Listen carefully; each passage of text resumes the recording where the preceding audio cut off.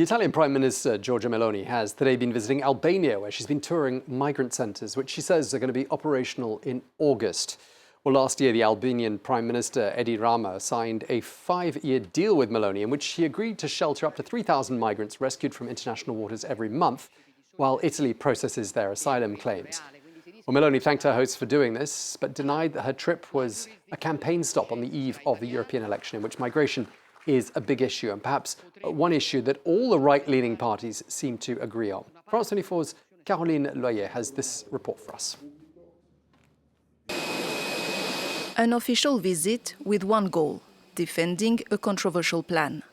Last November, Giorgia Meloni and Albania's Prime Minister signed a 5-year deal in which the Balkan country agreed to shelter up to 3,000 migrants each month while Italy processes their asylum claims. After visiting the 2 future facilities, Italian Prime Minister assured that the plan is moving forward. We want to do things properly because if what we have envisioned here works, and it will work, then we will have inaugurated a completely new phase in managing the migration problem. The agreement could be replicable in many countries. It could become a part of the structural solution for the European Union. The deal has drawn criticism from human rights activists. According to them, refugee protections could be compromised, a concern that Albanian Prime Minister doesn't share. We have a chance to be more useful to Italy 2 or 3 times.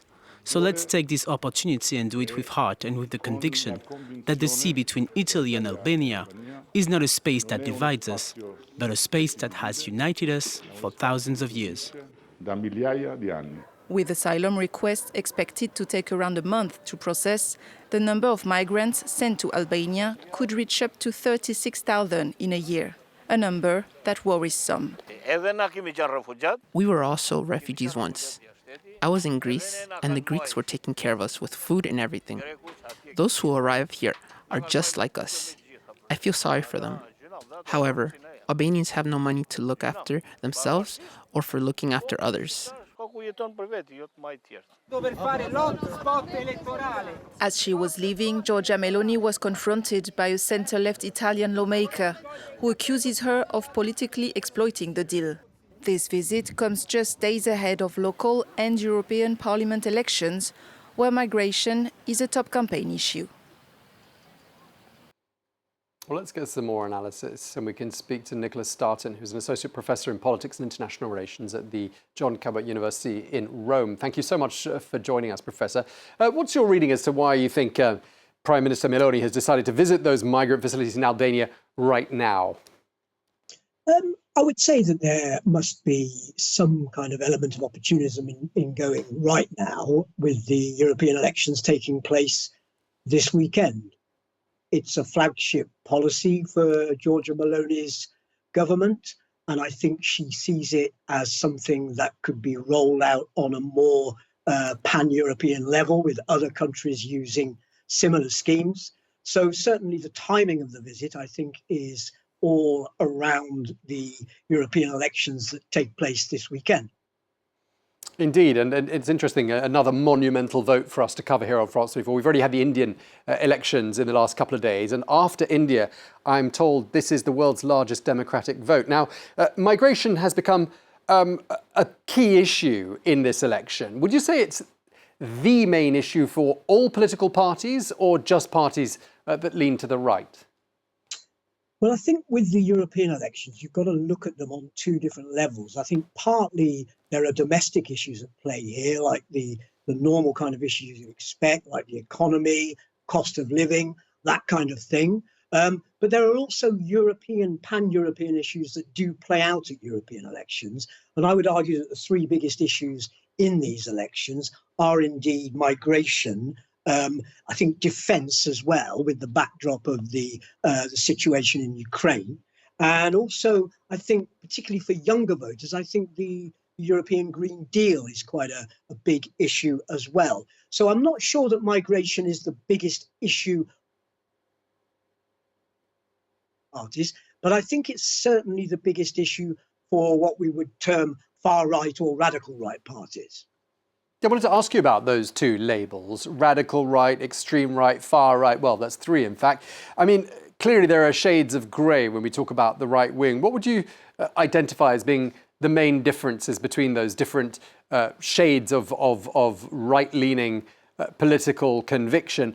And would you say that all of the hard right, the far right, the extreme right, they all agree that immigration is their number one issue? Well, I think the labelling has always been a challenge for political scientists like myself. You know, when we talk about the Greens, we just call them the Green Party, don't we? But when we're talking about the right to the right of the mainstream right, if you like, we use a whole host of phrases: extreme right, far right, hard right, radical right, as you say. And some people use them in different contexts. Some people just use one term, and then some people break it down to use various terms to talk about the degree of extremism. I think migration is the core issue of far right or radical right parties, whatever we call them. I think migration is their main issue, and it has become, I think, salient in the context of the European Union. Particularly as we see, you know, the thousands of people that look to gain access to the European Union and all the benefits that that offers with, you know, the freedom of movement and the Schengen Agreement. And so Europe is struggling to control its borders because it appears, you know, such an attractive prospect for so many people around the globe in terms of trying to find employment and that kind of thing. Managing migration has become a real challenge, and I think it will be one of the key issues moving forward the next 5-year term for whoever becomes the next president of the Commission. Do you think that right-wing MEPs are therefore on track to hold a majority there in the European Parliament? Do you think that's the likely outcome of these elections? We should be a little bit cautious because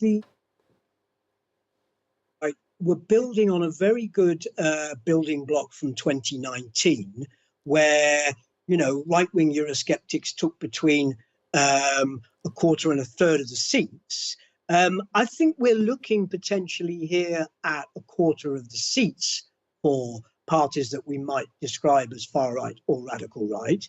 I think one of the problems for these parties is that in a way they're not used to transnational cooperation.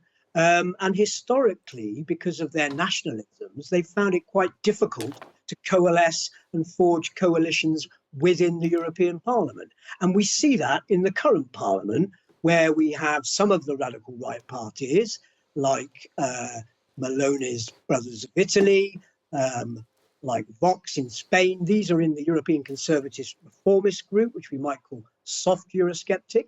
And then we have parties like Marine Le Pen's Rassemblement National, who are in the Identity and Democracy group.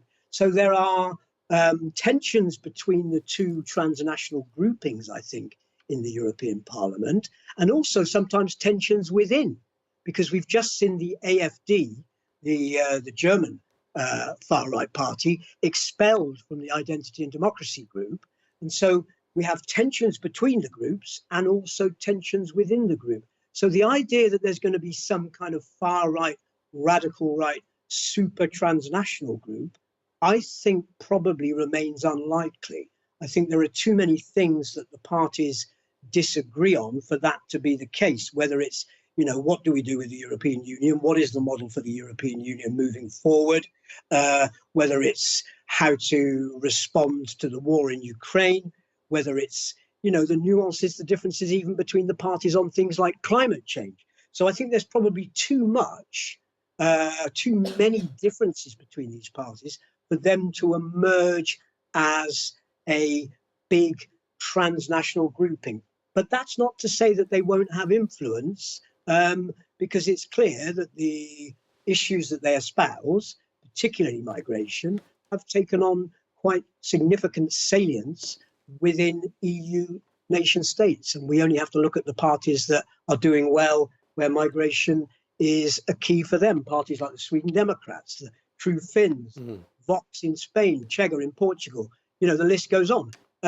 So yes, the radical right are going to make some gains, and migration is a core issue, but in terms of what that means for them collectively, transnationally, in the next 5-year mandate in the European Parliament is far from certain. And I'm not sure there is going to be one big far-right, radical right group. All right. We're going to have to leave it there. We're out of time. Thank you so much, Nicholas Startin, Associate Professor in Politics and International Relations. Thank you so much to you. Up next, the check of the business news.